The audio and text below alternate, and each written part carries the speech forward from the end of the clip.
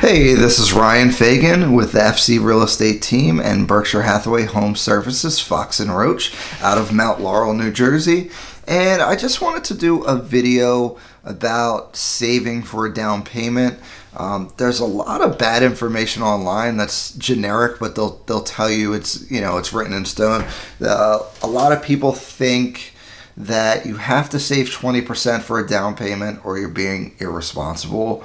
I totally disagree with that idea because what happens is typically home prices are going up. So for the last 8 years, they've been going up.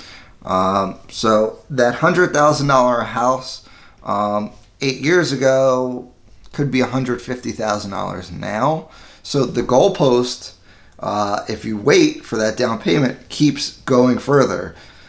So you're having to save more and more money, and it's hard to catch up, right?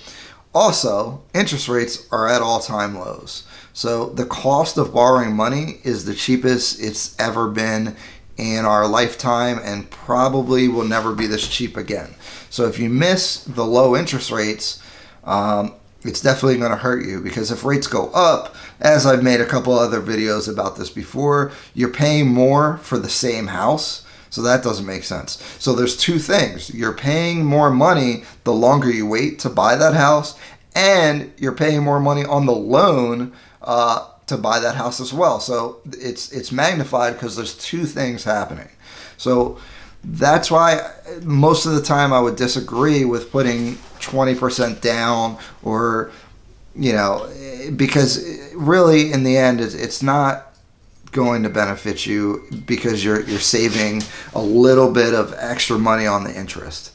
One of the reasons maybe someone would want to make sure they have high enough down payment is if they're trying to secure a loan at a low enough monthly payment, because if you do borrow less money by putting more money down, then of course your payment will be less. So if you're on fixed income, Social Security, retired, something like that, it makes total sense. But for young people, it really doesn't make sense to do it. Now, another thing that I hear a lot, and I hear this all the time, is they want to save at least 20% down so that they don't pay mortgage insurance. Now, again, the mortgage insurance definitely is a negative because it doesn't benefit you. So mortgage insurance in general is just insurance for the lender in case you default on the house. They'll basically get their money back through that insurance. But what I would say to that is that yes, you will pay an extra 100. It depends on the loan amount, but it could be 100, 200, 300 extra dollars per month for the insurance, depending on how big the loan is. It's not that much, and I would say if it takes you 5 years to save your down payment, you might as well have just paid the mortgage insurance, and then the home's value might have increased, where you can refinance out of the mortgage insurance later, in which case you would have been a homeowner for 5 extra years. You've built 5 years of equity into the property, and you enjoyed the house for those 5 years instead of renting and throwing away money. Now, if you're living at home and you want to save that money and you don't mind doing that, then sure, that is a strategy to use. But again, this is from that bad information online. Sometimes people just say, oh, this is what you're supposed to do. And that's not really the case. It really is case-by-case basis.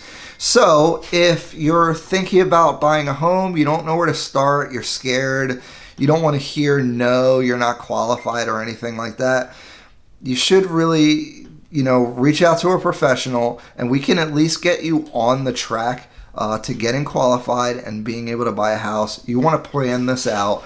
You don't want to do it spur of the moment, or you've always wanted to own a home but you've never taken action on it. Take action today. Contact me. I have a great loan officer, and we also have a great team that we can get you qualified, or at least get you on the right path, and at least have a conversation about what you should do.